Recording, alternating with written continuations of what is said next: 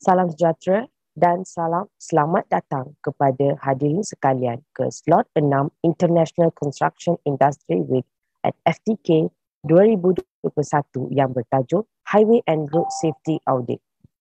Saya Tarshini Bala, anak perempuan Bala Subramaniam, pelajar tahun 3 dari Jabatan Teknologi Kejuruteraan Awam, Fakulti Teknologi Kejuruteraan selaku pengacara majlis pada petang ini. Sebelum kita memulakan slot pada petang ini, saya memperkenalkan moderator dan panel jemputan kita pada hari ini. Moderator kita pada hari ini adalah Puan Nur Khazanah binti Rahman, merupakan jurutera pengajar di Jabatan Teknologi Kejuruteraan Awam, Fakulti Teknologi Kejuruteraan UTHM.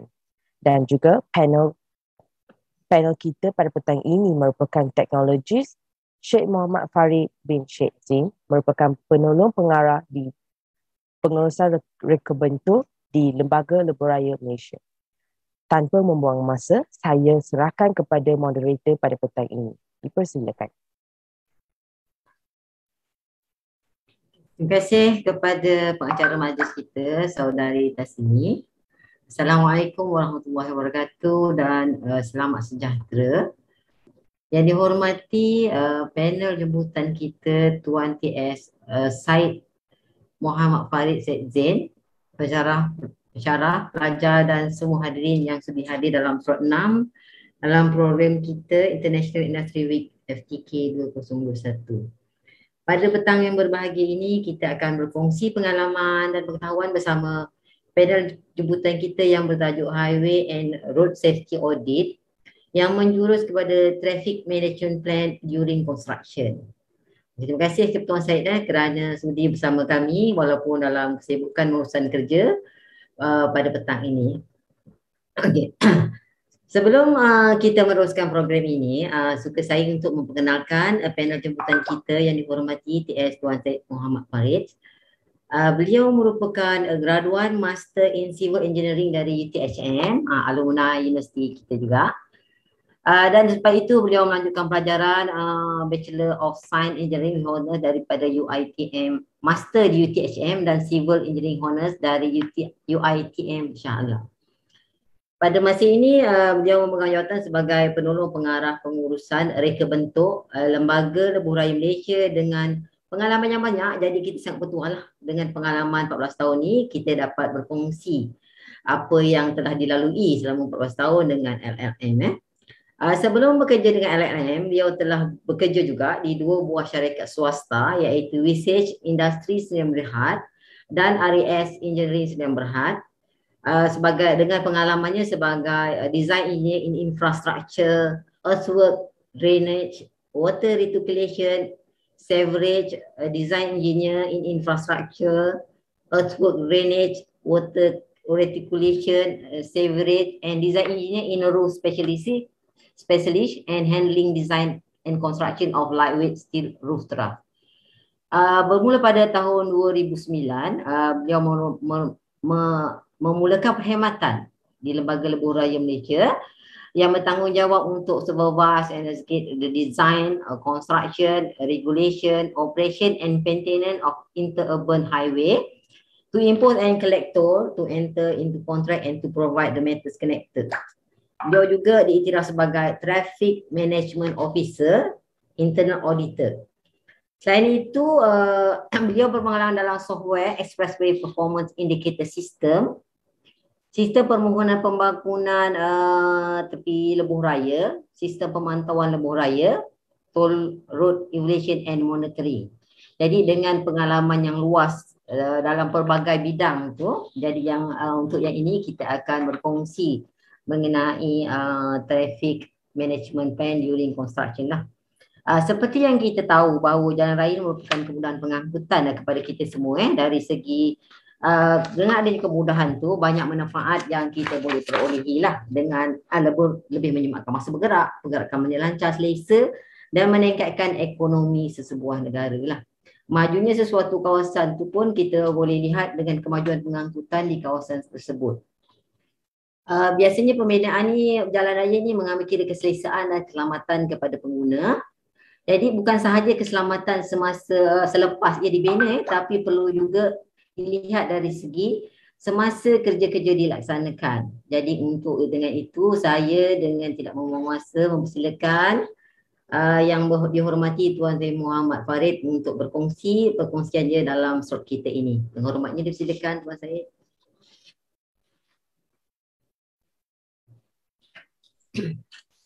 Assalamualaikum.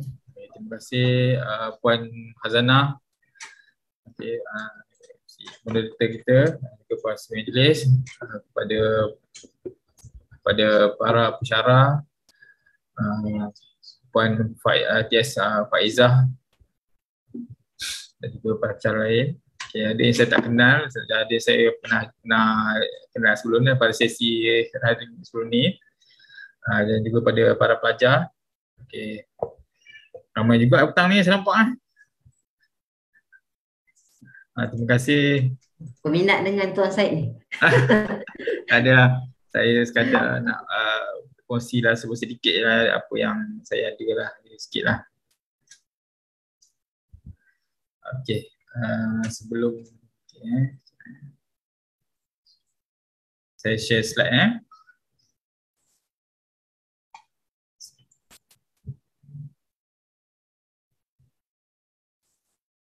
Okay, nampak slide tak? Boleh nampak Tuan Syed? Nampak. Okay. Right.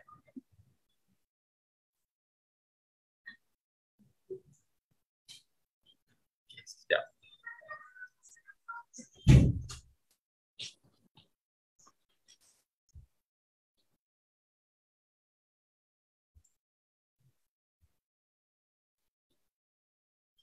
Okay. Okay, sebelum saya pergi lebih jauh, saya ingin nak perkenalkan sekali lah. Untuk saya nak tanya, berapa ramai yang tahu apa itu LLM untuk student ni? Okay, student boleh respon. Ramai tak? Boleh respon tak? Biasa dengar lembaga Indonesia. Boleh masuk dalam chat box. Biasa. Yes. Okay, saya just brief sikit lah. Okay, lembaga Malaysia ni adalah sebuah badan kanun. Dia ditubuhkan pada 24 Oktober 1980. Maknanya tujuan penubuhan ni adalah untuk menilai, melaksanakan reka bentuk, pembinaan, pengawalan, pengandian dan selenggara lebuh raya dan mengena dan mengutip tol lah, serta membuat konten dalam pertukaran berkaitan dengan perkara yang lebuh raya inilah. Okay. Itu saya sedikit tentang lebuh raya lah. Okay.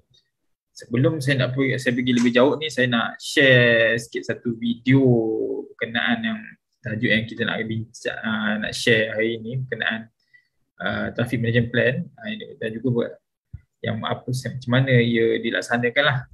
Okay.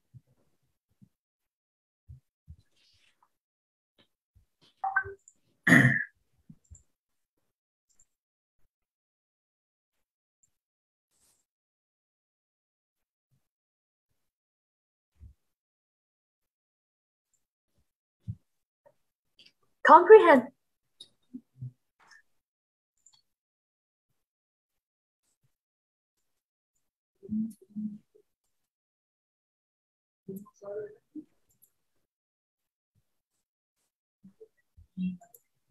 Okay, dengar suara tak? Comprehensive traffic management schemes will be implemented along the MRT route during the construction period, such as done to minimize inconvenience and to safeguard public safety. Ini adalah contoh traffic management plan lah, tapi ini dekat asal daripada pihak MRT, saya ambil daripada YouTube.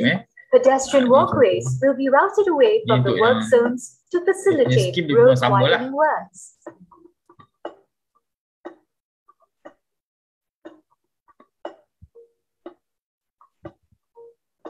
Traffic will be channeled safely through work zones with traffic personnel and safety barriers at site.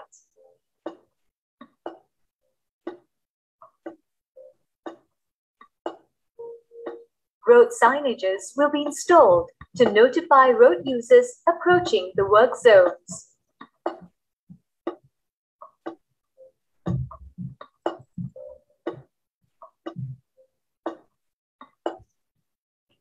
In facilitating smooth traffic flow, traffic controllers will be at place to direct construction vehicles entering and exiting work sites.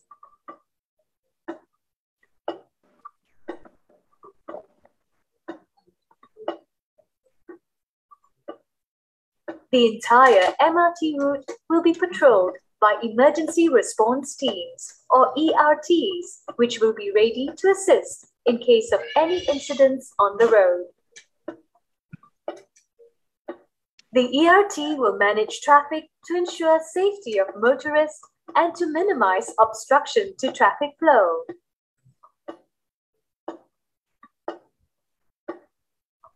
During the night, roads near the work zones will be well lit to provide clear guide and direction to motorists passing through the work zones. Roads near MRT work zones will be well lighted up at night for road users' safety.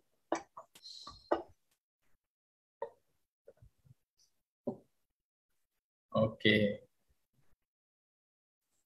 Alright. Okay. Itu lebih kurang video traffic management plan. Okay, ini adalah dia punya praktis lebih kurang sama juga di pembinaan di Lebuh-Raya. Cuma yang beza dekat di Lebuh-Raya adalah apa ni, signage lah. Tapi dia punya sequence dan juga kaedah penutupan tu lebih kurang sama. Zoning area pun sama. Okay. Kita teruskan Boleh Cik Zaid. Okey, yang ini saya pengenalan berkenaan pengenalan trafik ni. Okey. Antara tujuan untuk pengenalan trafik ni lah kita nak bagi amaran untuk pengguna lebuh raya atau jalan raya, okey. Dan juga pejalan kaki berkenaan untuk rancangan trafik yang dilaksanakan di jalan raya atau lebuh raya tersebut. Okey. Dia juga untuk menyiasati pengguna jalan raya atau lebuh raya ini untuk menggunakan laluan yang betul. Kita nak tunjuk ke arah laluan yang tidak boleh dilalui oleh trafik, dan juga ia juga ada sebagai rancangan sementara bagi aktiviti kerja ataupun jika terdapat kemalangan di jalan raya ataupun lebuh raya. Okey, selain itu adalah untuk memisahkan dan melindungi pengguna dan penjalan raya dari aktiviti kawasan aktiviti kerja, dan juga untuk kalau dalam masa pembinaan ni kita lah untuk rancangan trafik lah daripada kawasan pembinaan tu. Okey. Okey, seterusnya.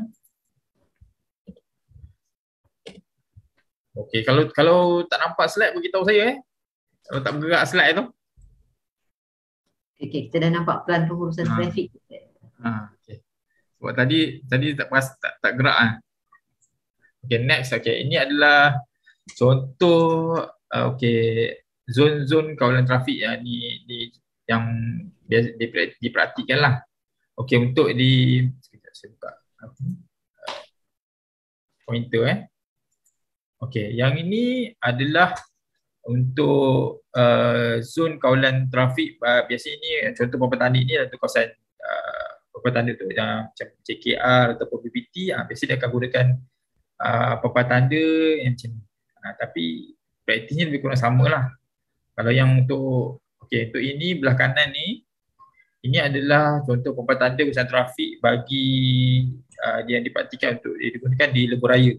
Sama juga di bawah ni, ini adalah trafik urusan trafik di lebuh raya, dan juga ini. Ni papan tanda di berlainan. Contoh untuk di lebuh raya kita berbentuk hexagon. Okey. Kalau untuk JKR dia bentuk segi 4 tadi. Okey. Peluang urusan trafik ni dia adalah direka dan dia juga dibentuk dan dirancang oleh seorang pegawai pengurusan trafik yang bertauliah. Kita panggil traffic management officer. Mana yang ni kalau dia orang lain tak boleh reka untuk ni. Yang mana hanya yang pegawai pengurusan trafik yang bertauliah saja hanya boleh reka dan rancang dan reka pengurusan trafik untuk satu penutupan ataupun rancangan trafik di jalan raya ataupun lebuh raya. Yang Okay. Okay, ini adalah garis panduan pengurusan trafik management plan yang kita gunakan di Lebuh Raya. Sekarang ni dah ada sampai edisi kedua. Okay. Untuk JKR dan juga PBT dia akan digunakan plan pengurusan trafik, dia ada guideline sendiri. Itu kalau untuk Lebuh Raya kita hanya gunakan garis panduan ini. Okey, ini adalah contoh langkah proses perancangan traffic management plan oleh pegawai pengurusan trafik. Okey, yang pertama contohnya kita first dalam pelaksanaan pengurusan trafik ni, first pegawai pengurusan trafik ni kita perlu pergi ke tapak. Sebab apa dia perlu pergi tapak? Sebab yang pertama tu dia perlu himpunkan data kawasan tapak tu sebelum melaksanakan untuk merancang pengurusan trafik yang akan dilaksanakan berdasarkan pada plan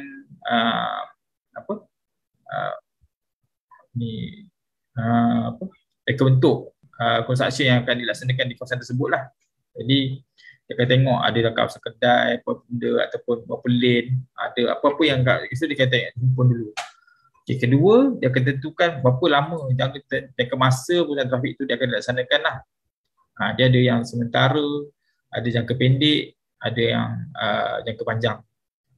Seterusnya kita akan tentukan berapa luas dan kapasiti jalan tersebut. Contoh, satu lorong ataupun biasanya satu lorong dua hala ataupun dua lorong ataupun tiga lorong.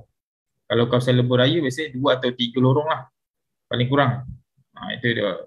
Jadi pengurusan trafik tu dia akan tengok berapa itu jajaran tu, adakah jalan tu lurus ataupun jajaran tu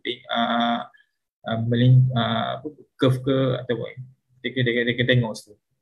Okay, seterusnya ada kenaikan pasti apakah jenis zon kerja di kawasan yang akan dilaksanakan di tempat tersebut. Seterusnya kita akan kenal pasti kalau buat pengurusan trafik di kawasan tersebut, apakah kesan-kesan yang akan dihadapi oleh penduduk setempat dan juga pengguna trafik di kawasan tersebut lah.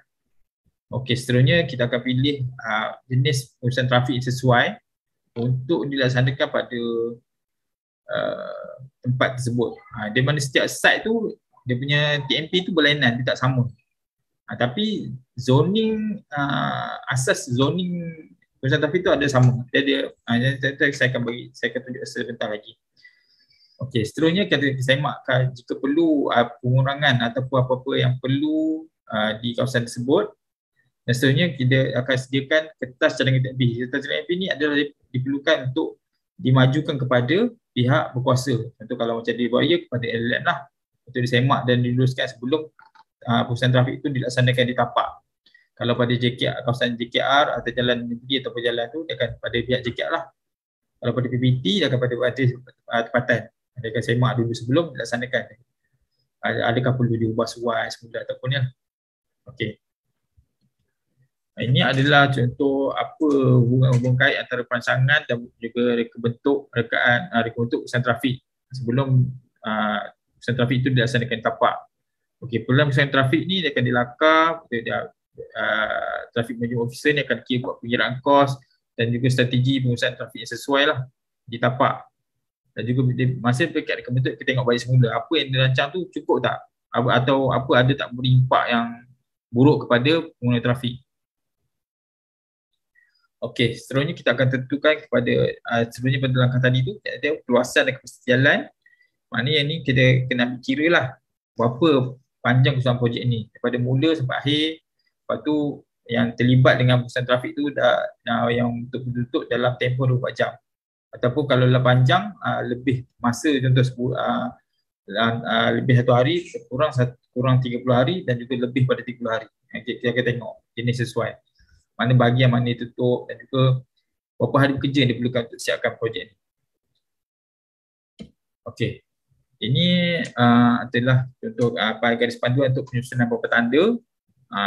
Biasa papan tanda dia akan susun ikut untuk kategori sementara ataupun jangka masa pendek dan jangka masa panjang. Biasa kalau untuk jangka masa pendek ni tutupannya adalah kurang 1 hari. Macam tadi tu yang contoh MRT tadi kan. MRT tu pengurusan trafik tu adalah lebih 1 bulan. Jadi jangka masa panjang. Untuk jangka pendek, pendek pula biasanya 1 hari, lebih 1 hari tapi kurang 1 bulan. Biasa kalau kata yang tuan-tuan pun lalu di lebuh raya, biasanya pengurusan trafik, biasa yang kalau yang just untuk penyelenggaraan dia akan buat antara sementara ataupun jangka masa pendek. Dia biasa dia takkan sampai jangka masa panjang lah. Kalau itu biasa untuk pembinaan ataupun yang perlu ada aktiviti tu panjang lah. Okey, ini adalah untuk penggunaan kawalan trafik yang untuk bagi masa pembinaan lah. Mari kita tengok. Dia ada biasa untuk pengurusan trafik ni kita ada bahagikan pada 5 zon. Advance warning area, transition area, ini transition area, ini advance warning area kat sini, ini buffer area, yang ni work area, yang ni adalah termination area. Okey. Jadi bergantung kepada jangka masa, sementara, pendek dan panjang. Jenis papan tanda yang diperlukan dan juga apa peralatan pengurusan trafik diperlukan juga ada berbeza. Boleh nampak sini kan kita ada anak panah, kalau macam ni kita just anak panah, kon dan pengawas bendera. Yang ni kita perlukan plastik NJP barrier. Yang ni kita perlukan plastik NJP barrier dan juga peralatan lain. Kadang-kadang kat sini kita perlukan kadang concrete barrier dekat kawasan contoh macam work area ni. Paling lama kalau dan juga jika kawasan kerja tu ada pengorekan yang lebih dalam, dia perlu gunakan concrete barrier untuk elakkan kenderaan lalu atau aksiden dan masuk dalam kawasan tersebut. Okey, ini adalah faktor-faktor yang kita ambil kira dalam untuk mereka bentuk pengurusan trafik. Macam saya cakap tadi tu, kita nampak besar kita ambil data. Ini adalah data-data contohnya. Okay, untuk apa impact pada ekonomi dan masyarakat, apa impact pada trafik, juga apa yang diperlukan untuk penyelenggaraan perusahaan di tapak juga pengurusan terhadap peralatan perusahaan trafik tu, dan juga apa yang kita perlukan untuk penyediaan kawasan tapak kerja tu. Contoh kalau dari ekonomi tadi dan masyarakat, apakah yang adakah itu kawasan perniagaan, perumahan, lokasi. Jadi tempat-tempat ini kita perlu sediakan akses kepada mereka. Jadi kita tak boleh tutup sampaikan contoh menyusahkan kalau tempat perniagaan kalau kita buat pusat trafik tu sampai tertutup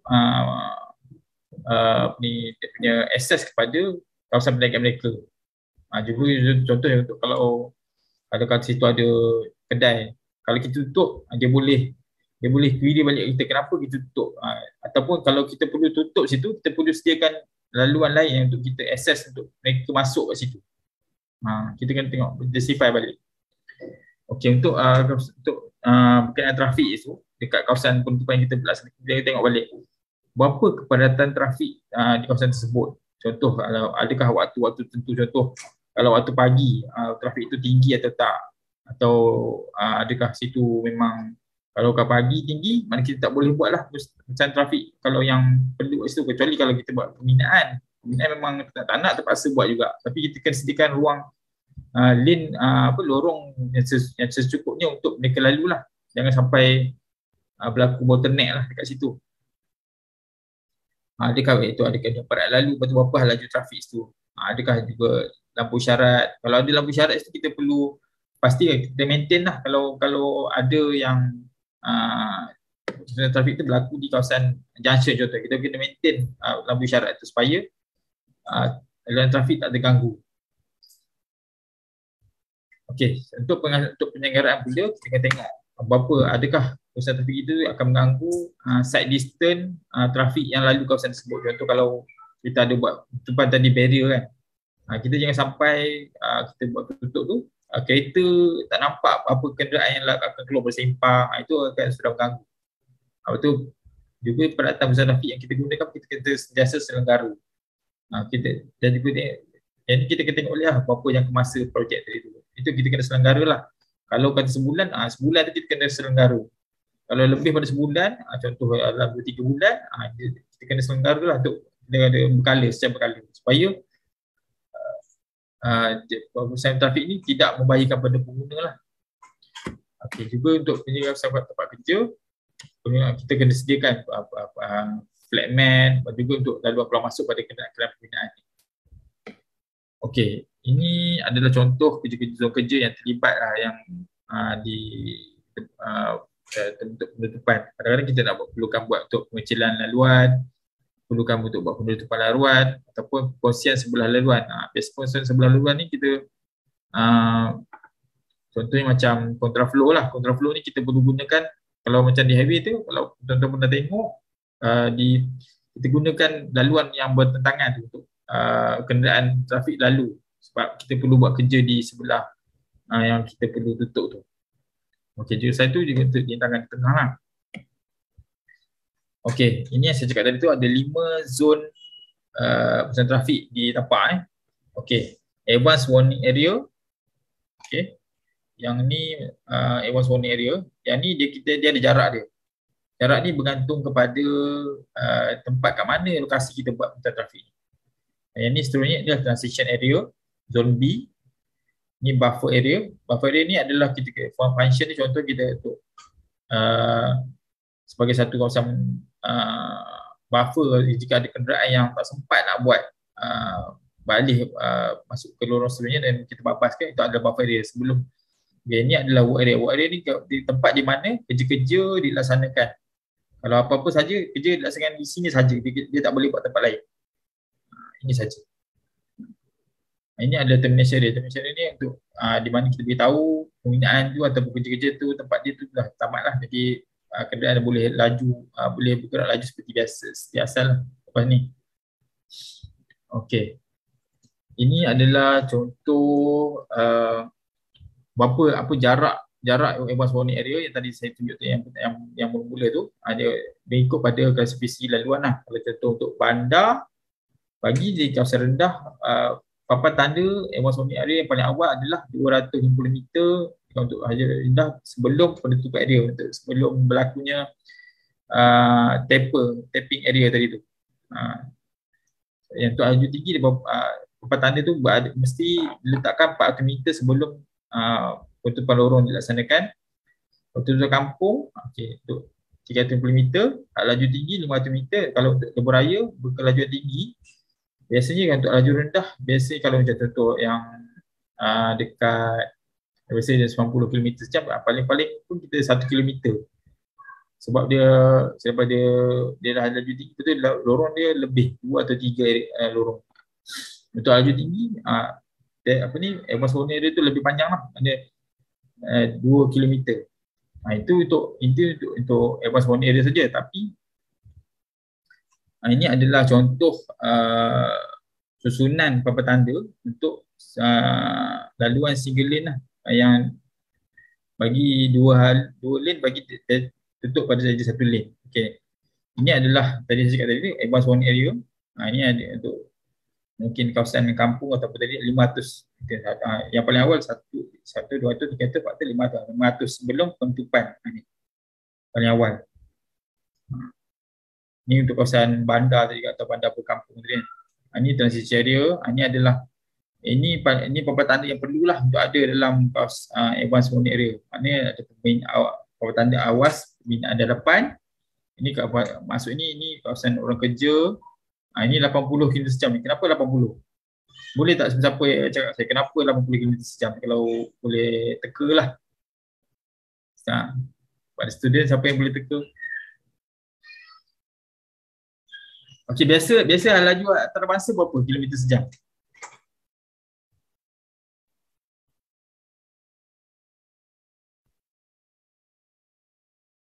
Ada yang tahu tak? Biasa kalau kawasan kampung ataupun jalan interurban lah.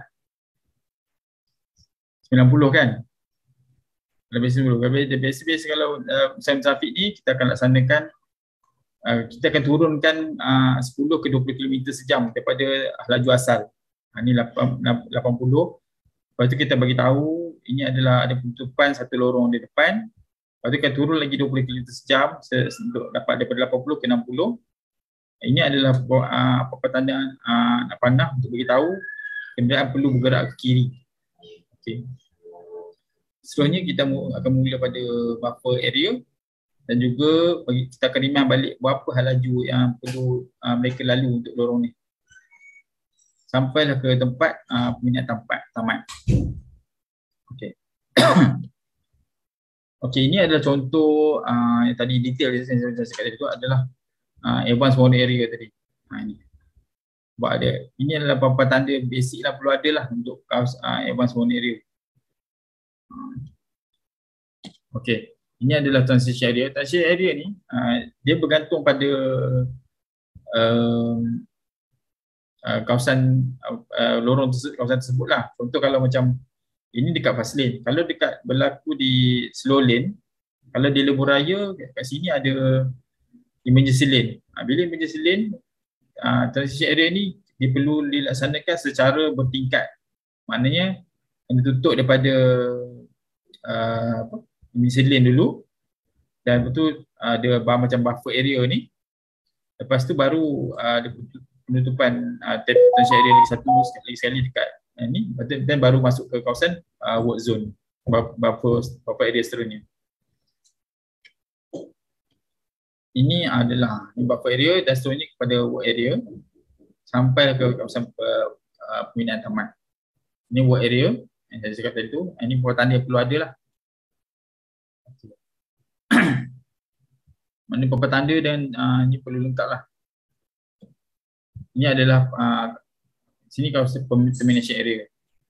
Mana sini kawasan kerja ni dah lepas ni dah tak ada lah. Kalau bagi untuk tak relevan kalau kerja-kerja penyelenggaraan atau perbaikan setempat lah. Okey. Untuk kalau kata pengurusan trafik dilaksanakan dekat masa suatu pembinaan, masa ni kontraktor yang melaksanakan pengurusan trafik ni dia perlu sorry. Okey, saya nak share sikit contoh-contoh beberapa tanda ataupun kesilapan pengurusan trafik yang dilaksanakan di lebuh raya. Ini laporan audit oleh pihak LLM lah yang dilaksanakan di lebuh raya.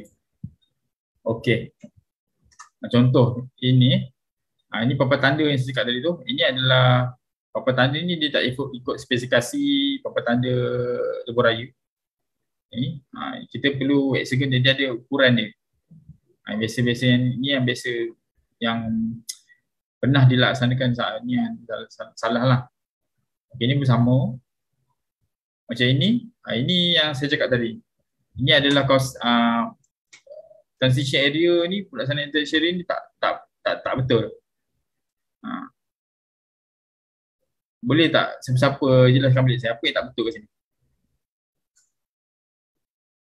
Ada tahu tak? Okey. Ini untuk ni adalah Ini adalah emergency lane. Ini untuk slow lane dan ni fast lane. Okey. Dalam pengurusan trafik, kita biasanya kalau untuk di lebuh raya, kita perlu laksanakan pengurusan trafik ni, dia perlu bertingkat. Dia tak boleh kita kena tapping dekat buat macam juga, tapi dekat slow lane dan dekat emergency lane dulu. Selepas dah tutup tu, kita ada jarak sikit untuk macam buffer area dan pun tu sepanjang dekat line ni. Dan lepas tu baru kita buat penutupan untuk slow lane ni pula. Ini tujuan dia adalah untuk kita bagi masa kenderaan untuk contoh kenderaan dan motor yang biasa kan motor kan sebelum lalu dekat emergency lane kan. Dia akan untuk bagi masa untuk dia beralih daripada emergency lane dan slow lane kepada fast lane. Sebab fast lane biasanya kadang-kadang kita laju. Jadi bila kita bagi ni masa untuk dia untuk daripada fast lane, daripada laju pada perlahan. Okey. Ini adalah contoh mana penggunaan beberapa tanda yang salah. Contoh ini adalah diversion. Ada dua lane, ada kiri dan kanan. Saya patutnya anak panah kan ada dua lah. Bukannya satu saja anak panah ni. Okey. Ini adalah contoh plastik barrier yang tidak diselenggara, terabur. Kalau penutupan ni, kawasan kerja perlu biasa diselenggara. Yang biasa saya cakap tadi. Ini macam ni. Beberapa tanda ni sepatutnya letak ni yang penggunaan beberapa tanda yang tidak betul lah. Sepatutnya kalau macam contoh macam ni, kita tak boleh letak dekat atas jalan. Kita perlu letakkan dia macam tiang untuk mengelakkan potensi bahaya kepada pengguna motor lah. Biasa pengguna motor dia akan lari dekat emergency lane ni. Macam ni adalah jadi kenderaan ni diletakkan dalam advanced warning area. Sepatutnya dia tak boleh letak macam ni. Salah. Ini kalau kata boleh membahayakan pada pengguna motor lah. Macam ni pula, advanced warning area punya signage kita tak boleh letakkan dekat atas emergency lane. Jadi kita perlu letakkan dekat ada tiang atau dekat garis ni. Kita perlu letak secara macam tiang lah sebelum start pada tapping emergency lane dan juga slow lane. Yang ni pun sama. Pelaksanaan pengurusan trafik ni tak betul. Dia tak lengkap, tak cukup. Ini kita gunakan papan tanda yang trafik yang salah, rosak. Ini pun tak boleh. Macam ni, dia buat laluan kontra tapi peralatan pengurusan trafik tu tak lengkap. Ini pun salah. Ini yang rosak pun dia pakai. Ini kadang mungkin sebabkan kemalangan ataupun dia guna yang tak kualiti lah. Macam ni pun sama. Tak sesuai, bahaya pada pengguna lah. Dia tak ikut garis panduan. Maknanya kita bila kita lalu kita gunakan, kita buat laluan kontra ni, ni sebenarnya ni kita panggil ni laluan kontra lah. Kita nak aktivate laluan kontra pada trafik. Yang ni papan tanda ni, ni dia nak tunjuk penutupan tu betul lah penutupan tu, tapi lokasi dia salah. Kat sini dia akan tunjuk papan tanda ni tutup lane kanan kat first lane, tapi dia tak boleh letak sini. Dia kena letak dekat belah kanan sini. Nampak ke? Boleh nampak. Boleh nampak Okey, sikit lagi nak ambil ni. Yang ni adalah penggunaan papan tanda. Yang ni macam ni. Ini kawasan lebuh raya tapi dia guna papan tanda JKR. Spek ni tak betul. Macam ni jadi zon penamat. Dia tak bagi tahu. Kadang-kadang macam ni papan tanda ni guna tapi dekat pengguna tak nampak. Dia sebab terlindung oleh pokok. Maknanya kalau dia buat tu kena pastikan pengguna nampak lah. Macam ni. Satu lagi ini macam saya kata tadi lah, penyelenggaraan peralatan pengurusan trafik tu perlu dilaksanakan sentiasa lah masa penutupan tu.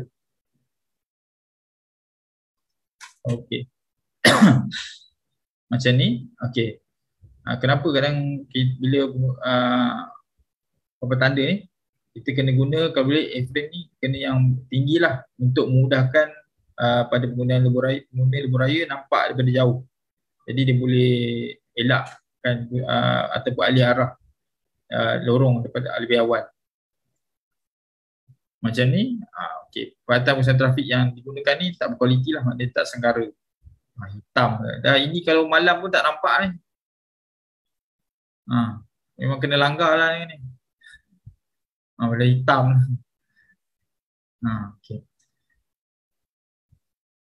Yang ni contohnya, penggunaan papan tanda salah. Kalau kita tutup di lorong kanan, papan tanda pun kita kena pasang belah kanan untuk kawasan dua lorong. Ini tak ikut panduan contohnya. Dia ada, kita papan tanda pengurusan trafik ni dia ada spek dia. Kita tak boleh salah gunalah.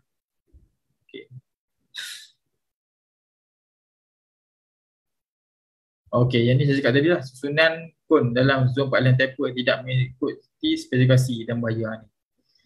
Dia tak buat tapping tu dengan betul. Ni jarak ni terlalu jauh. Dia perlu lagi rapat lah. Tanda macam ni, ni tak salah ni.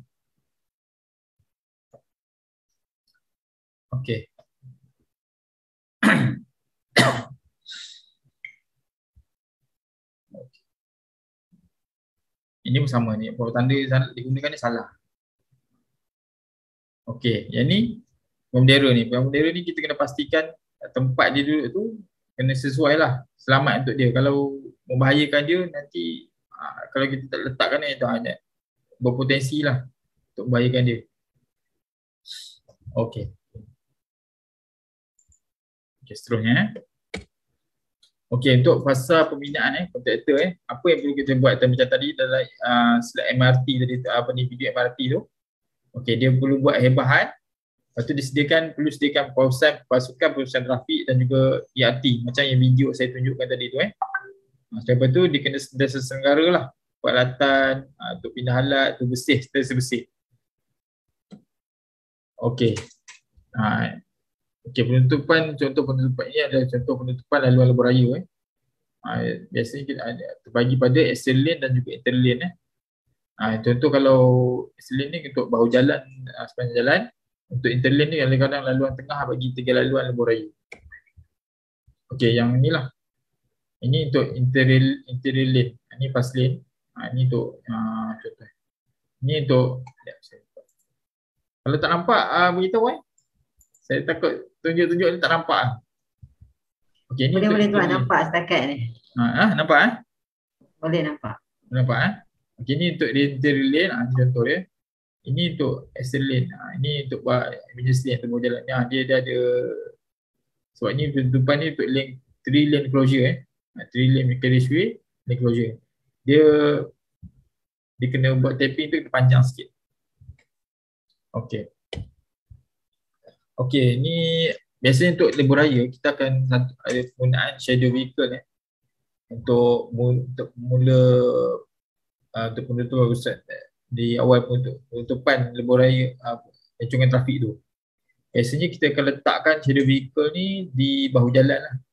30 meter dari kenderaan yang bawa peralatan pusat trafik ni. Sebab kereta dekat lalu kat lebuh raya ni dia laju. Jadi bila kita guna shadow vehicle ni, saya pernah tengok kalau kat lebuh raya tu ada kenderaan yang biasa akan perlahan je tu. Depan tu ada orang susun kod. Itu yang belakang tu adalah shadow vehicle lah.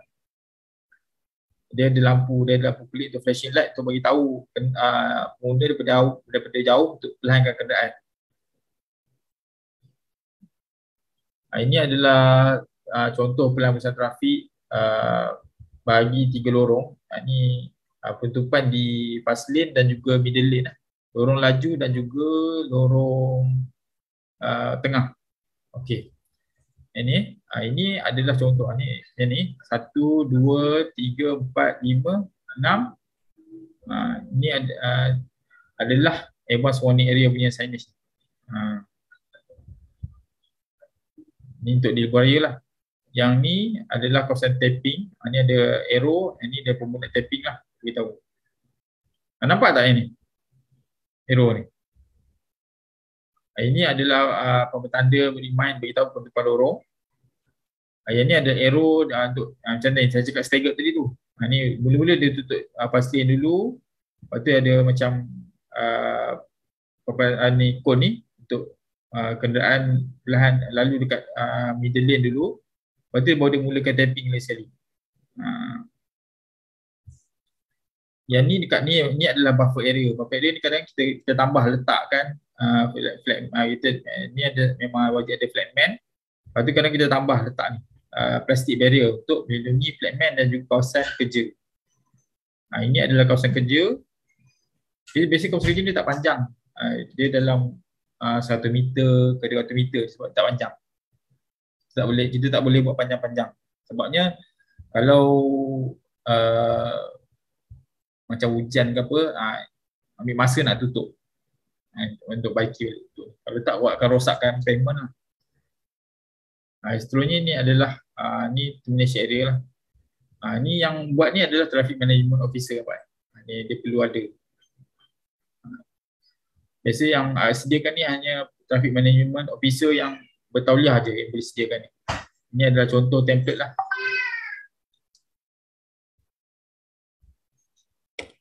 Okey.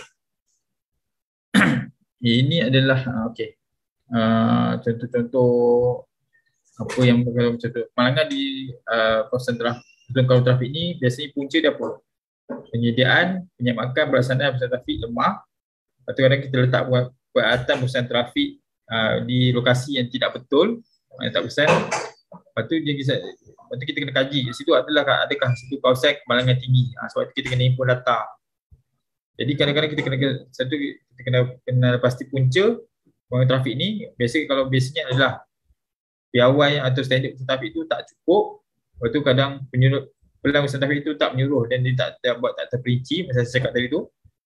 Kadang-kadang kos juga kadang terlibat. Kadang dia tak kena pasti buat apa kos urusan trafik yang diperlukan untuk peralatan dia cukup dan juga supaya urusan trafik ni dapat dilaksanakan secara pesan lah.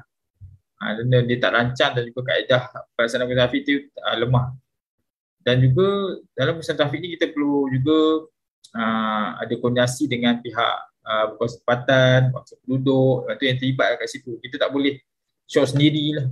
Maksud saya, tak boleh macam bersendirian. Jadi kita kena koordinate dengan penduduk setempat ataupun BT yang berkaitan. Kalau kata dekat dengan laboratorium, maknanya dia kena bagi tahu awal, dia tak boleh terus tiba-tiba tapping terus buat je, tak boleh. Okey, jadi bila kita kena pasti tu, kita kena selesaikan lah. Kena semak balik urusan trafik ni, kita tekani balik kos ulang urusan trafik tu, asingkan balik dan buat pemantauan pesan lah. Okey, yang ini saya nak share. Biasa ini kalau untuk ulang urusan trafik yang lebih 3 bulan, biasa kita akan minta pada pihak kontraktor untuk mukakan laporan keselamatan urusan trafik. Traffic Management Safety Report. Biasa dia akan kemukakan kalau yang lebih peminat tu lebih kerja itu lebih 3 bulan. Ini dia perlu sebabnya kita akan daripada pelan ni laporan ni kita akan tengok balik. Adakah penyediaan pelan tu kesan, lepas tu dia buat tu ada kemalangan ke ataupun apa yang kita boleh buat audit dan kita boleh baikilah untuk 3 bulan seterusnya. Ini adalah contoh isi kandungan pelan trafik yang laporan pengurusan trafik yang disediakanlah untuk disubmit pada pihak lembaga raya. Mana setiap 3 bulan dia kena bagi. Tengok kalau ada kemalangan dia kena laporkan apa benda, adakah alat peralatan tu disediakan cukup, adakah dia buat pendengaraan, dia kena beritahu. Dia kena ukur.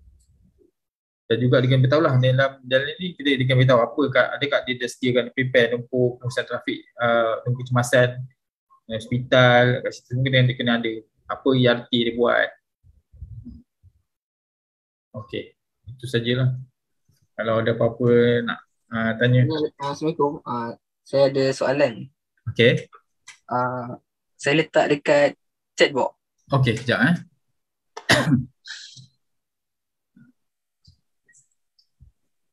Kita ada soalan daripada chatbox ni, daripada Kian Wen. Dia tanya, could I know that if the sign of code already broken but the boss do not change it? Apa yang nak dibuat agaknya ni? Sekejap. Could I know that if the sign of code already broken but the boss do not want to change it, what can we do? Mungkin dia ni akan staff lah agaknya kot akan datang ni. Apa yang dia buat lah sebagai technical engineer mungkin kat such. Okey, yang apa yang tanya yang untuk urusan trafik, maksudnya tadi the signage have broken but not been changed. Don't want to change. Don't want to change. In that case, we will stop the work until they change the signage to the proper one.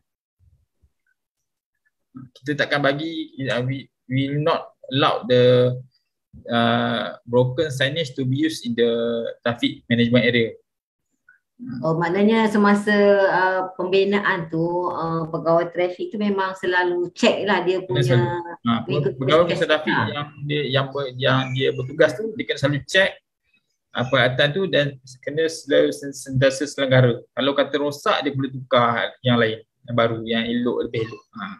Kita kalau kata dia tak tukar, kalau sekarang macam sekarang untuk di Lebuh Raya ni ada sekarang dalam perjanjian kongsi baru kita boleh kenakan denda pada orang, tapi macam yang lama kita minta ditukar.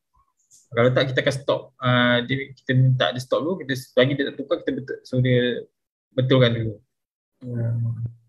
sedikit sikit lah. Tapi sebab kita tengok pun kalau kita lalu highway memang signboard dia memang lumayan tu, banyak tu, panjang tu. Kalau kata jauh nak sampai sampai kalau nak bawa work area tu jauh lagi tapi kita dah start situ. Tapping area tu memang kadang-kadang lebih panjang sebabnya dia kalau contoh dia buat pusat trafik tu bermula di kawasan Selekoh. Jadi dia kena tarik tapping area tu sampai kawasan yang lurus lah supaya pengguna ada masa untuk slow. Tak ada terkejut tiba-tiba nampak Selekoh tu kena masuk. Kan? Okey ni kita ada satu lagi soalan daripada Muhammad Azman. Assalamualaikum, nama saya Azman Jali daripada kelas saya ni. Pada musim perayaan raya Aidilfitri atau Tahun Baru Cina dan sebagainya, kesesakan lalu lintas biasanya berlaku di lebuh raya. Apakah cadangan tuan untuk mengurangkan lalu lintas ini berlaku? Ni kesesakan di waktu perayaan lah saya rasa ni maksud dia ni. Yang ni biasa berlaku. Kadang saya pun sama, kadang start juga situ. Tapi sebenarnya yang kalau kita patuh dengan cadangan pihak konsorsi kan, sebab sebelum perayaan tu, musim perayaan tu, kita akan biasanya pejabat wilayah lah, dia akan panggil konsorsi untuk sediakan apa cadangan mitigation lah untuk supaya elakkan kesesakan berlaku lah. Macam contoh Pelas, dia akan cadang jadual waktu perjalanan tu lah.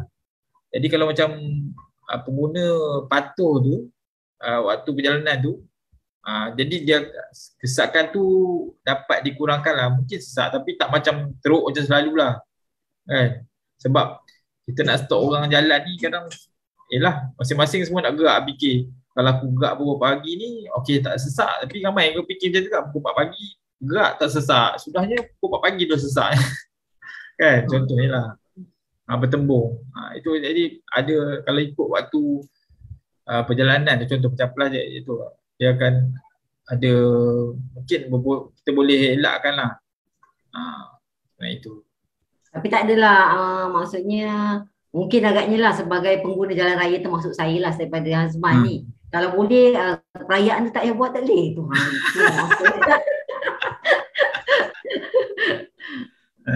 Itulah kadang kita sebab macam saya pun kadang-kadang raya Cina pun saya pergi cuti, raya Deepavali pun cuti kadang tengok kadang raya Cina kadang tak sempat kan. Kadang-kadang raya puasa saja tengoklah, kadang kita tengoklah waktu. Kadang seseorang orang macam tu lah kan. Kita ada waktu-waktu dia kena kita tengok. Kita tak boleh elakkan kita nak atasi tu 100% tu sebenarnya bukan pada pihak konsorsi dengan LAF saja, tapi bergantung pada pengguna sebenarnya bagi saya lah. Sebab tu kita minta kadang Plus contohnya kan, dia minta dia buat jadual perjalanan tu supaya untuk pengguna kalau ikut balik tu mungkin mengurangkan kesesakan yang potensi bakal berlaku lah. Saya menjawab soalan ke ni? Azman? Azman banyak soalan tak Azman? Saya faham. Jawab. Terima kasih. Okay, kita ada soalan lagi daripada Hidayah Ashraf. Saya nak bertanyakan soalan berkaitan dengan konsep menggunakan buluh instead of pakai geotextile pada keadaan tanah yang tidak berapa elok. Sebab baru-baru ni viral ni di Jalan Batu Pahat. Dia gunakan buluh. Tapi lebuh raya ada buat ke tak ada kot macam dekat untuk di lebuh raya lah untuk pembaikan jalan menggunakan geotextile ni ada digunakan, tapi untuk yang pakai buluh ni saya tak pernah dengar lagi lah untuk digunakan di lebuh raya lah. Sebab dia macam ni kadang kalau yang pihak yang nak buat cadang nak buat tu dia boleh approach pihak konsorsi lah untuk sama ada sesuai yang tak digunakan, supaya konsorsi boleh bawa pula pada dan design tu sesuai atau tak digunakan untuk geotextile untuk buluh tu atau menggunakan buluh instead of geotextile. Sebab sekarang ni selalu yang biasa digunakan geotextile lah. Saya pernah tengok lah kes perbaikan pavement ni, di bawah tu dia guna geotextile dan lepas tu dia turap, ada bila berlaku macam contoh apa scouring kan, geotextile tu membantu supaya payment tu tak jatuh. Masih dia intact lagi, cuma dia repair balik scouring tu kan. Jadi untuk buluh ni kalau kata macam ada boleh dapat digunakan, kalau dia boleh proof, dia boleh design, boleh proof, mungkin pihak konsesi dan juga pihak laboratori boleh pertimbangkan tengok macam mana sesuai tu lah. Tapi itu kelulusan tu daripada pihak manajemen. Macam saya just boleh review dan tengok boleh. Yang memutuskan tu pihak manajemen lah. Dia tak boleh nak kata sesuai tak. Itu konsesi kena tengok, dia kena tengoklah dia nak guna atau tak. Sebab dia akan melibatkan kos akan datang. Kalau kata rosak, dia kena repair balik. Dia kena tengok balik, dia kena ambil kira benda tu. Sebab ini bila highway dah beroperasi, dia kena ambil kira sebab apa-apa saja penutupan, dia akan melibatkan impact pada pengguna lebuh raya lah. Kalau kata contoh tengah-tengah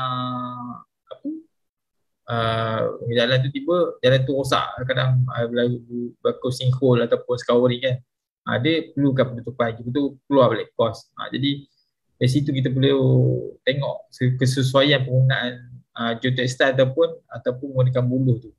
Kita tengok balik.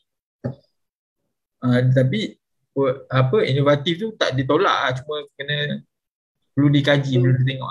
Boleh diaplikasikan highway ya. Kadang-kadang macam contoh Plus sebenarnya tengok, dia pernah cubalah inovasi baru, dia tak try direct dekat main line. Dia try dulu satu macam trial lah, satu macam tempat trial, dia try dulu. Okay, sesuai. Kalau sesuai, dia akan implement lah dekat main line, kat tempat yang biasa penggunaan trafik tinggi tu. Okay, menjawab ni Hidayat kita ada ni ada juga soalan daripada Mastura Harun. Nak tanya fungsi lori yang ada anak panah besar kat belakang lori tu, kadang-kadang kat highway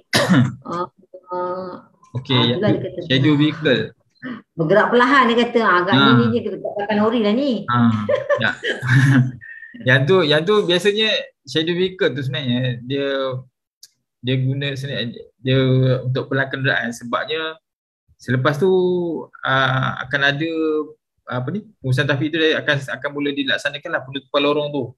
Kalau dia tak buat macam ni, dia nak mula, semua kereta akan laju, jadi dia nak start tutup lorong tu. Contoh kalau dia start dekat fast lane, kereta yang nak fast lane dia nak start slow, kalau nampak kereta start tutup lorong tak mudah lah. Kalau contoh kalau highway plus kan 110, kadang orang pergi ada setengah tu tak ikut pasal 10, laju lagi kan.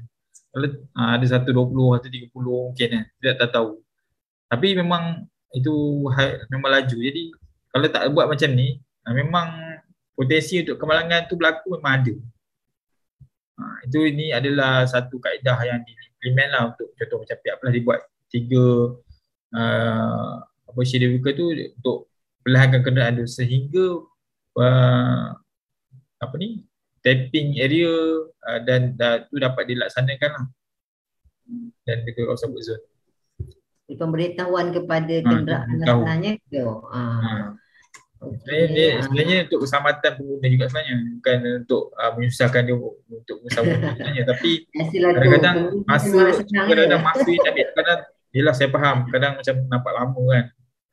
Sebab bila kat lebuh raya ni, bila kita satu kenderaan perlahan, dia akan efek macam chain reaction ke belakang tu makin lambat. Satu saat ke depan tu, belakang tu dia akan tambah. Jadi panjang sampai 1 jam pun ada kadang-kadang. Saya faham. Okey, ni kita ada lagi. Sebab kita kena jugalah, tapi redor je lah kan. Yelah, tak boleh nak lari mana dah, dua lorong kalau tu je tak dia terpaksa buat perbaikan tu, kita faham lah kan. Kena patuh lah. Okey, kita ada soalan lagi daripada Ashraf. Apa kriteria yang dipertimbangkan untuk menaik taraf lebuh raya dari 2 lorong pada 3 lorong atau lebih? Ini soalan ini melibatkan polisi ni. Saya nak jawab betul-betulnya. Dia kena tengok pada perjanjian konsesi tu juga sebenarnya, dan juga berapa bilangan trafik lah biasanya saya tahu lah. Tapi tengok pada pusat sebab ni sebab melibatkan implikasi kos pada konsesi dan juga kadang-kadang mungkin pada kerajaan. Oh, dia dalam konsesi dia tak ada cakap lah berapa tahun. Dia ada tapi kadang-kadang tengok pada keadaan kewangan dan juga pada beberapa kesesuaian upgrading pada waktu tu. Tapi dia tak meningkat dan menambahkan dia punya masa konsesi kalau ada pertambahan lorong tu tak ada Dia tengok pada ni lah, pada urusan kerajaan lah. Oh, okay. Kadang-kadang mungkin tak tahu saya nak cakap macam mana kan, sebab itu polisi kerajaan. Okay, ni kita ada lagi seorang Muhammad Hasib. Dia antaranya itulah dia akan tengok pada trafik lah juga. Tapi walaupun trafik dia kan akan bawa pada kajian dulu, dia tak akan boleh terus buat untuk pelebaran.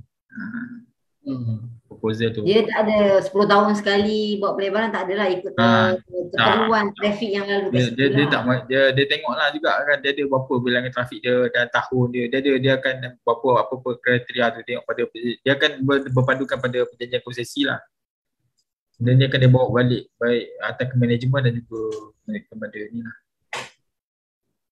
kementerian. Kita pun kadang tak boleh nak putuskan. Dia tak ada berjanji, dia ikut keadaan semasa lah mungkin katnya kadang-kadang macam contoh lah saya kat Johor, kerajaan negeri minta tu lebarkan, tapi pada di pihak konsesi pula dia akan tak dia tak macam kata boleh nak lebarkan lagi, tu tak boleh.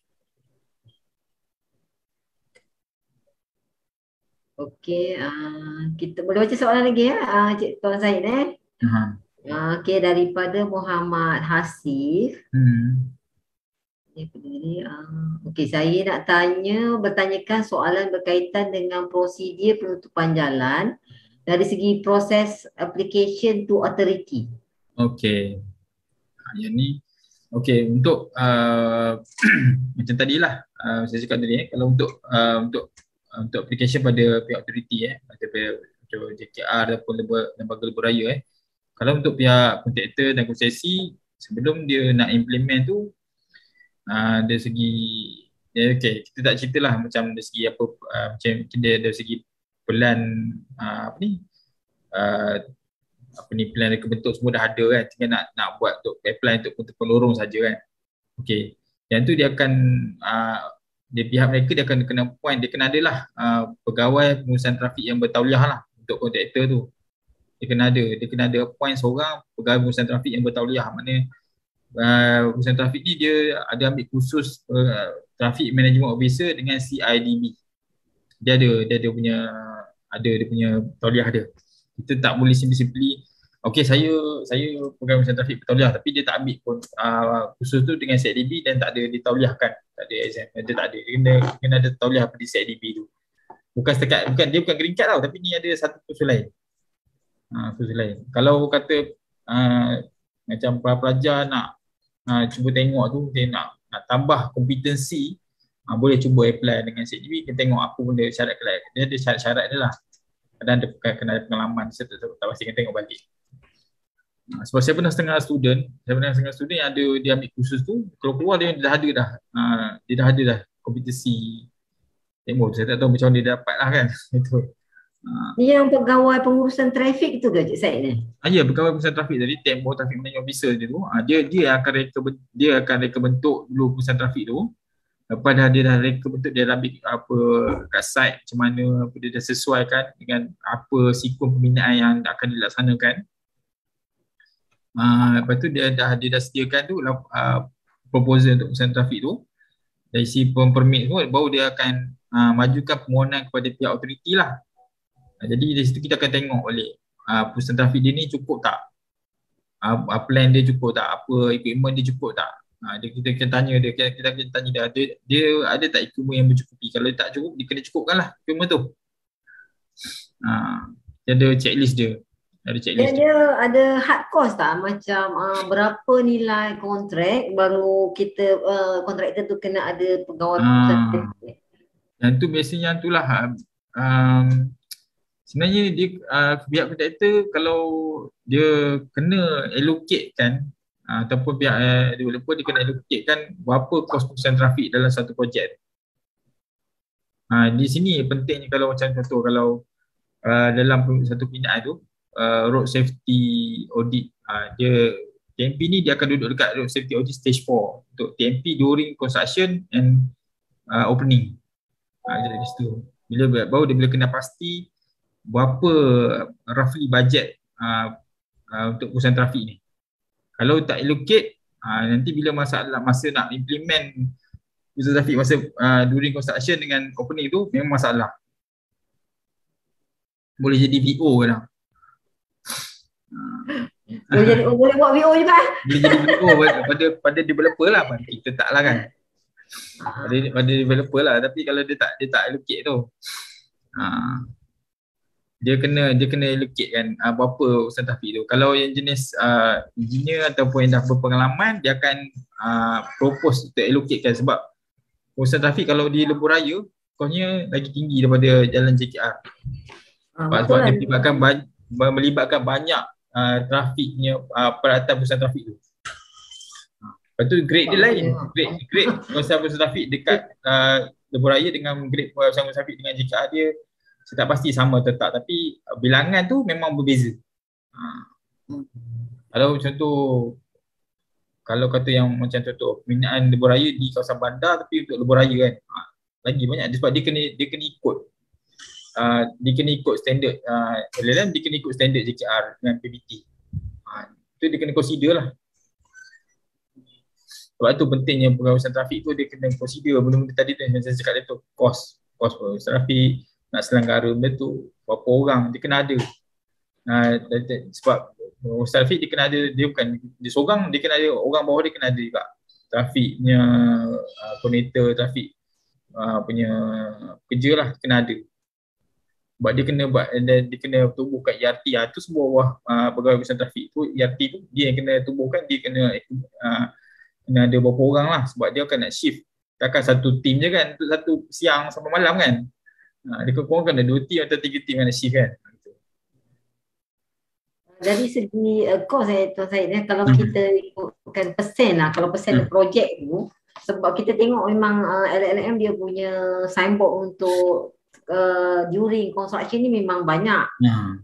Kos dia pun mungkin besar lah, agaknya dalam kita letak dalam persen kot dalam persen untuk temporary signboard ni. Berapa persen agaknya tak pasti, exact amount tu saya tak pasti, tapi memang banyak lah juga kan, tapi tak ada semacam sebesar kos construction tu sendiri lah, tapi memang kena allocate. Okey, kita ada juga soalan. Okey, nak sambung ada lagi. Tak ada. So, seterusnya kita ada soalan lagi daripada Nur Nabila. Assalamualaikum. Saya nak bertanya, siapa yang akan bertanggungjawab jika berlaku kemalangan disebabkan kerosakan jalan yang mengakibatkan pemandu hilang kawalan? Perlu minta ganti rugi daripada siapa? Okey. Bagus soalan. Nak masam Tuan Syed ke apa ni? Bagus.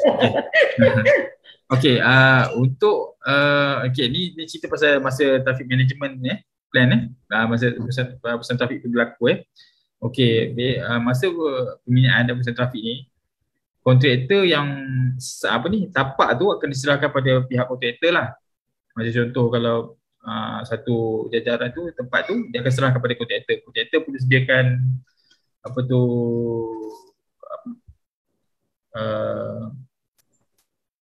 macam dia kena kontraktor macam insurans lah, kontraktor ORIS, dan juga untuk tampung kos yang kalau kata berlaku kemalangan tu lah, ini insurans yang akan cover. Tapi biasa bila laku satu kemalangan tu, kita akan tengok lah insurans akan siasat salah siapa sebenarnya. Adakah pemandu tu dia patuh tak dengan had laju yang dia sediakan, arah yang ditunjukkan. Kalau kata Saya pernah berlaku dulu masa saya kat Satan jaga projek tu. Dengan motor ni dia apa? Dia pagi dia ingat macam apa ni, kenderaan tak banyak kan. So dia melawan arah pengurusan trafik tu. Kita dah ada arrow semua dah cakap kan. Tapi dia lawan arah pengurusan trafik. In the end masa dia lalu tu kemalangan dan meninggal. Jadi kes tu jadi kes mahkamah. Jadi pihak lawyer yang wakil pada keluarga tu dia akan tanyalah ada kat pengurusan trafik tu dah macam mana, dia luluskan ke tak. Itu yang penting tadi, pengurusan trafik yang bertauliah mereka untuk dan mendapatkan kelulusan pada autoriti. Jadi memang turun naik. Masa tu bos saya dia turun naik mahkamah untuk lawan kes tu kat court. Tapi kalau kita cukup kita luluskan, kita dah semak, in the end memang balik semula salah kat user tu lah. Dia nak claim tu, dia nak minta ganti rugi sampai 1 juta saya. Sebab dia pergi tu bawa motor je, dia ambil kesempatan nak shortcut. Nak tukar kereta tu. Dia kena ambil kereta, mati. Cuma bila dalam proses siasatan tu, adakah pembinaan tu kita diberhentikan ke atau masih diteruskan semasa proses siasatan? Mahkamah tu lah kan? Masa berlaku tu dia akan berhenti sekejap lah. Kalau kata dapat buktikan yang bukan salah dia dapat mohon balik untuk jalan. Proses siasatan tu selalunya mengambil masa yang panjang kan? Kalau bangunan tu mungkin tak ada masalah lah, kita stopkan kan. Tapi jalan ni nak stopkan tu macam kalau agak kritikal juga. Kalau kita dapat buktikan dah ada kelulusan semua benda tu, tak adalah, saya rasa tak lama. Sebab biasanya benda tu masa saya pengalaman tu tak lama, boleh jalan balik lah tugas kerja tu. Tak cakap lah Sebab kalau bila terlampau delay lama tu akan melibatkan implikasi kos pada pihak prosesi dengan developer lah kan. Prosesi dah tu pengguna pun takut juga tu nak berlalu. Tengok signboard banyak-banyak dia takut lama ni. Gerak. Ada yang bahaya kawasan ulangan kadang tu lah, dia paling melibatkan kawasan pengurusan trafik di kawasan bandar untuk lebuh raya kan, itu bahaya. Jadi ganti rugi tu memang kalau kata dia akan tuntut pada pihak kontraktor lah dengan konsesi. Kalau macam untuk lebuh raya pada konsesi, dan konsesi akan dibalik semula pada kontraktor lah. Insurans lah cover Okey, menjawab itu soalan daripada Nur Nabila. Okey, kita ada lagi soalan daripada Sheikh Hian Win. If we investigate the time period with the least traffic flow before do the construction, is it useful for reducing safety issue? If boleh faham Cik Tuan Zaid? Investigate the time period time period. The time period, the least traffic flow before do the construction is useful for reducing safety issue. If everything sure or time is full of traffic, is it need to ask help from the traffic police? Okay.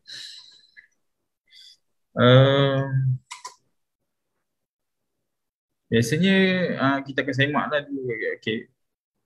Usually we investigate how the frequency of the traffic and the period of the traffic that least traffic or all the time heavy traffic. Sometimes we can ask the help from the police to help us to ease the traffic. So that but not all the time if we need to channelize it properly. Okay, thank you. Answer the question.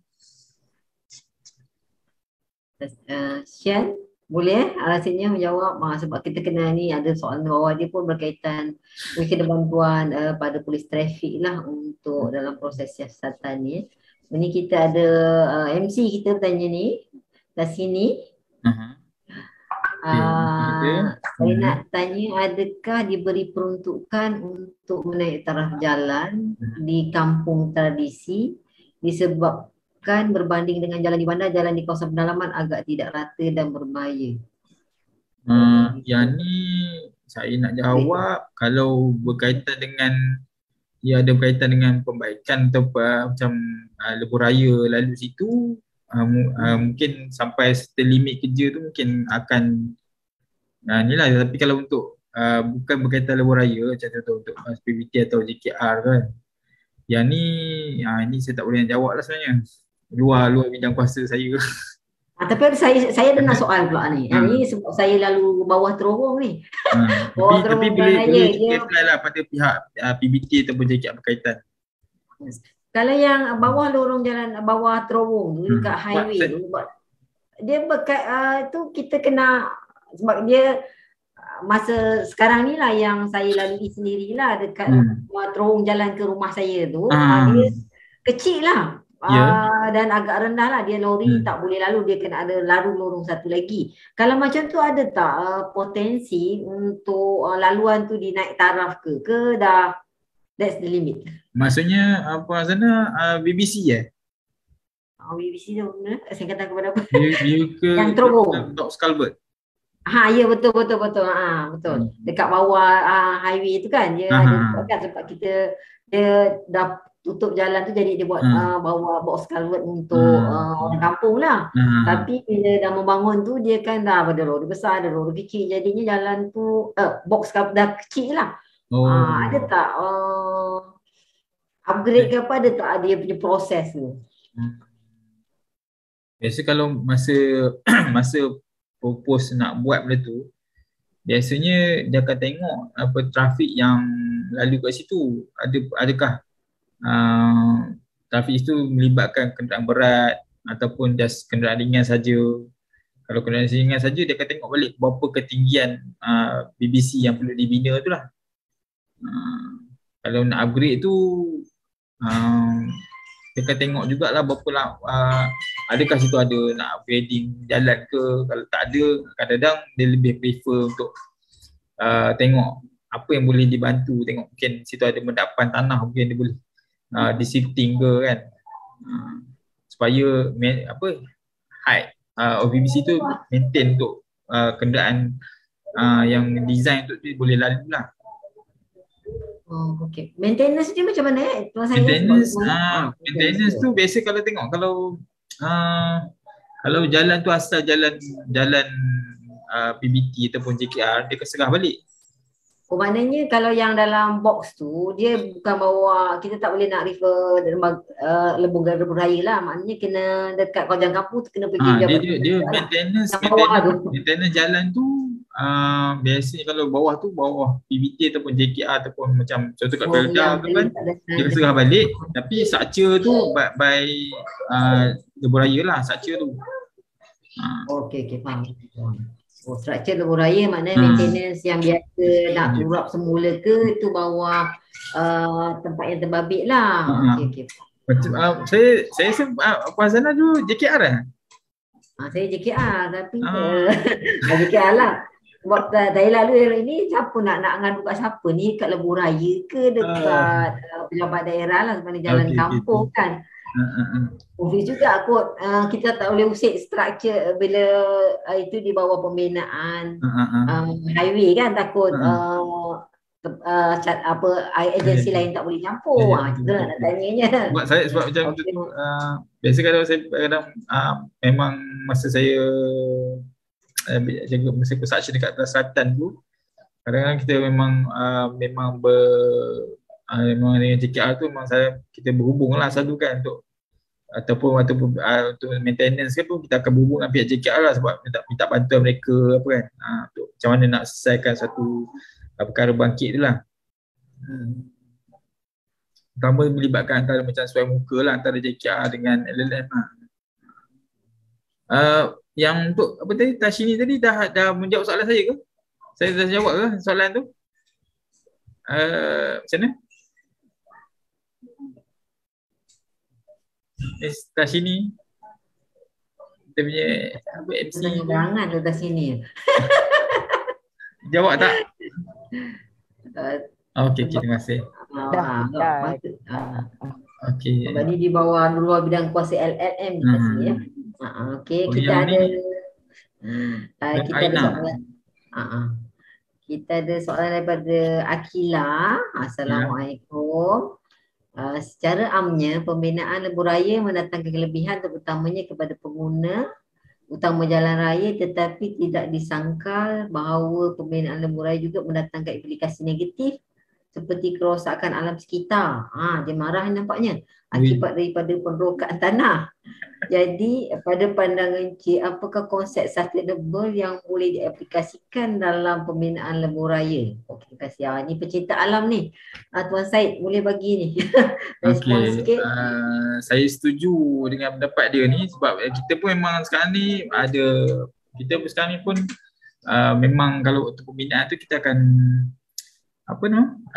untuk kita ada ISO 14000 alam sekitar. So maknanya bila kita pembinaan tu kita akan boleh untuk kita kena patuh dengan syarat daripada Jabatan Alam Sekitar untuk mana kita akan untuk elakkan kerosakan implikasi besar pada Jabatan Alam Sekitar lah. Sebab sebelum pembinaan lebuh raya ni dilaksanakan, kita kena submit EIA kepada Jabatan Alam Sekitar. Terutama untuk pembinaan yang projek ni berapa juta kan, lebih berapa juta tu kita kena submit EIA pada pihak Jabatan Alam Sekitar.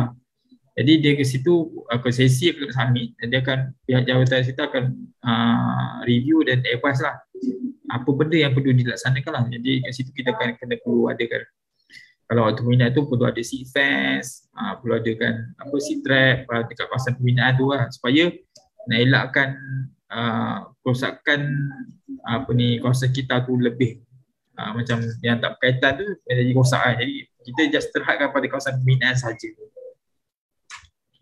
Lepas tu kita ada sekarang kita ada MyGHI, Highway Green Highway Index. Itu kita kalau boleh kita nak kekalkan konsep untuk Green Highway tu supaya macam amalkan apa yang untuk konsep Green Highway dekat dalam lebuh raya ni. Itu untuk masa yang lepas pembinaan masa pembinaan. Untuk masa pembinaan daripada ISO 14000 lah. Mana kita untuk alam sekitar, pematuhan alam sekitar tu kita memang kena patuh lah. Saya setuju lah. Akila bagus soalan dia ni. Sebab kita sebagai teknologis lah ni, kebanyakan ni memikirkan tentang sustainable alam sekitar. Jadi memang kita kena sustainable lah. Jaga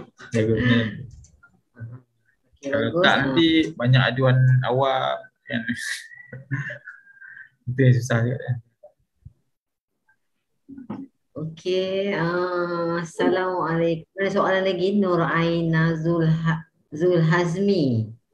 Saya nak bertanya, di Malaysia ini adakah kita menyedari tentang kepentingan highway untuk mempunyai escape lane untuk lori dan truk? Escape lane, Tuan Syed. Okey. Escape lane ni maksudnya kalau yang masa dia turun bukit dan terlampau laju tu ke apa maksudnya? Kalau untuk yang escape lane ni untuk kawasan laju macam tu di kawasan Perak tu kita ada sediakan lah. Untuk lori truk yang yang rosak tu kita untuk dia tapi tak semua tempat lah. Macam contoh ni tempat kawasan yang turun bukit, tengok macam contoh dekat Plus kan. Kita ada Plus ada sediakan untuk dia truk ataupun lori ni untuk kalau rosak dia boleh pergi kat situ supaya mengelakkan kemalangan dapat berlaku lah. Kalau di lebuh raya lain tu kebanyakan boleh dia akan, kalau apa pun dia akan berhenti. Biasanya akan kita ada peronda ataupun tow truck yang akan tarik lah, ataupun third party tow truck pun untuk tarik keluar daripada lebuh raya. Menjawab soalan ke? Boleh menjawab ni? Aina. Boleh Boleh menjawab Aina ni Escape Lane disediakan untuk kawasan yang mendaki lah mendaki dan turun bukit mendaki dan turun bukit lah biasanya. Kalau kawasan yang mendatar ni biasa kalau rosak tu dia di tepi tu biasa peronda akan datang lah untuk kita akan letakkan kon lah. Kon kita buat pusat trafik lah sebenarnya. Letakkan kon tapping di belakang lori tu. Tapi saya nampak ada juga dia macam siapkan tempat rest satu lorong sikit dia keluar dari itu kadang-kadang ada masa tempat tu dia kan emergency macam emergency lane ada tempat tu memang ada disediakan kadang-kadang tempat dia ada buat macam tapi tak semua tempat lah. Dia kalau mungkin yang panjang sangat kot jalan dia bawah saya rosak jarang nampak lah tapi ada nampak. Ada, memang ada. Okey, salah satu daripada ni lah tempat rest ataupun yang rosak. Kadang-kadang inisiatif pihak posesi ataupun kadang-kadang ada yang kita nampak kita cadang ada kita highlight nanti dia akan tengok lah apa yang sesuai dia boleh buat kan. Okey, Shin ada soalan lagi ni. If we investigate the time period with the least traffic flow before do the construction, is it usually to reducing safety issue? Ini dah jawab dah sini. Kan sama tadi kan ini dah jawab. Yang pasal safety tadi kena tadi. Okey, lagi ada soalan. Okey. Saya sendirilah nak tanya.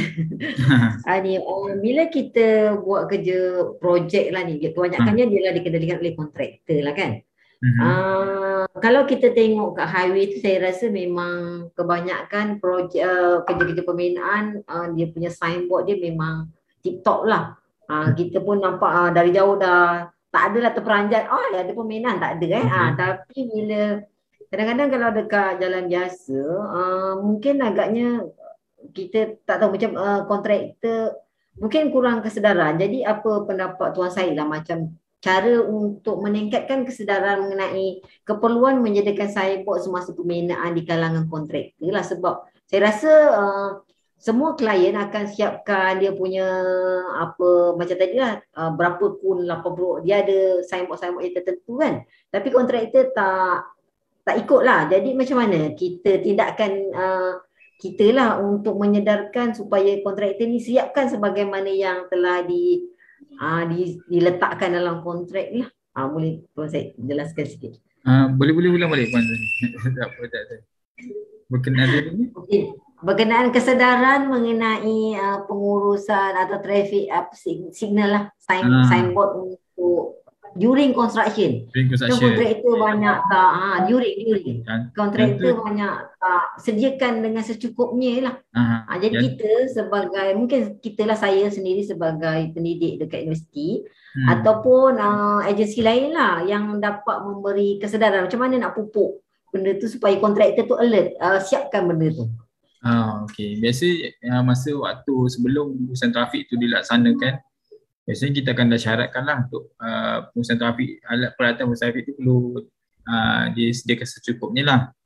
Tapi walau bagaimanapun kadang-kadang bila kita dah mention, kita dah highlight tu pun waktu peminat kadang-kadang dia akan pasti akan berlaku juga. Tapi bila kita akan dari situ ketika punya pemantauan dia perlu dilaksanakan oleh konsesi dan juga untuk aktiviti. Kita kena pastikan dia akan sediakan secukupnya lah. Kalau perlu tak cukup kita akan remind dia balik lah. Kita akan keluarkan ketidakpatuhan ataupun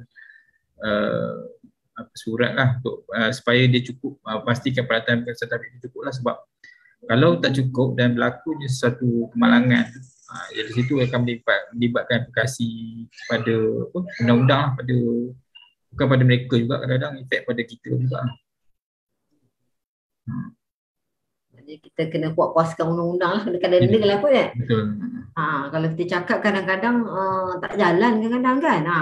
Tu yang kena keluar surat semua ataupun kena dan apa tindakan supaya stop kerja ke apa, mungkin tu agak lebih berkesan lah kepada kontraktor. Okey, kita ada mungkin ni soalan yang terakhir dalam chat box kita daripada Saiful Akmal. Apa pendapat Encik mengenai pembinaan lebuh raya WCE yang masih berlangsung dari Kelang ke Lekir, di mana barier-barier sementara dan signage sementara tidak jelas di tepi jalan membaikan pengguna jalan raya. Apa pendapat tuan? Saya pun tak tahulah Kelang Lekir ni. Mungkin ni orang Kelang Lekir kat Encik Saiful Akmal ni. Yang ni nanti saya akan maklumkan balik pada pihak klik saya yang berkaitan lah. Nanti kalau kata, sebenarnya kalau kata signage ni kalau tak cukup ataupun tidak jelas ni, pihak kontraktor dan konsesi perlu perbaikilah sebenarnya. Dia konsesi perlu bagi reminder lah kepada pihak kontraktor yang melaksanakan pasal trafik. LLM dia akan remind balik konsesi lah. Kita akan semak. Jawab tak? Soalan. Okey, banyak rasa soalan dan juga perkongsian yang dibuat oleh Tuan Syed kepada kita, sebab sebenarnya dalam subjek highway pun dan yang kita ajar di universiti kita tak sebab dia banyak topik, yang ini salah satu yang tidak kita cover, tapi dengan perkongsian ini kita harap teknologi yang kita lahirkan atau para peserta dalam program ini dapat mengambil pengalaman dan pengetahuan ni untuk diaplikasikan dekat luar nantilah, sebab dia penting ya. Keselamatan untuk pengguna jalan raya semasa pembinaan tu pun penting jugalah, sebab kita kalau jalan baru dia tak ada masalah, tapi kalau jalan yang dalam sedang digunakan ada pembinaan, sangat pentinglah signage ni disediakan untuk panduan pengguna memperlahankan kenderaan, bukan keselamatan kepada pengguna je ya, Tuan Syed dah. Dia pada pekerja sendiri pun penting kan, dia menjaga kedua belah pihak, pekerja, tapak dan juga pengguna jalan raya. Jadi kalau kita terjumpalah kena perlahan sikit, harap bersabar, bertoleransi jugalah, sebab yang diperbaiki itu pun untuk kepentingan pengguna juga. Penggunanya kita lah. Jadi mungkin boleh bersabar sikit dengan kelewatan yang berlaku, sebab saya rasa kalau LLM ataupun highway ni sepanjang yang saya lalui, dia memang dari segi safety untuk semasa pembinaan sangat tinggi lah. Rasa selamat, walaupun memang lambat kadang nak marah juga, tapi kita kena ada tahap kesabaran turun sikit demi kesejahteraan kita bersama lah. Okey, kalau ada soalan yang lain mungkin nanti bolehlah PM tepi dengan Tuan Syed ke, ataupun saya boleh sampai kemudian nanti. Jadi dengan berakhirnya tadi saya nak baca sikit lah ni. Jalan dibina untuk kemudahan semua, pandu cermat, jiwa selamat. Terima kasih dari kami semua, perkongsian Tuan Syed pasti tersemat. Dengan ini saya serahkan semula majlis ini kepada pengacara majlis kita. Assalamualaikum warahmatullahi wabarakatuh, dan terima kasih sekali lagi Tuan Syed dan kepada semua peserta yang menghadiri slot ini. Terima kasih sama.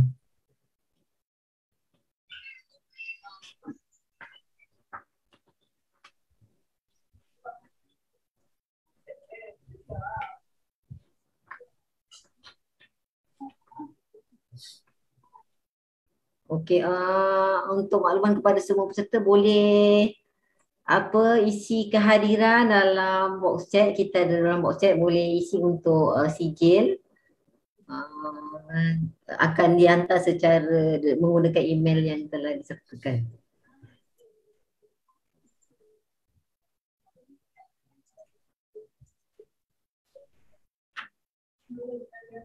Okey, dengan berakhirnya tadi bentangan daripada Tuan Syed, kita akhiri slot ni dan kita berjumpa lagi di slot untuk hari esok. Terima kasih Tuan Syed dan kepada semua yang hadir dalam slot ini. Semoga kita sama-sama mendapat manfaat daripadanya. Assalamualaikum warahmatullahi wabarakatuh dan terima kasih.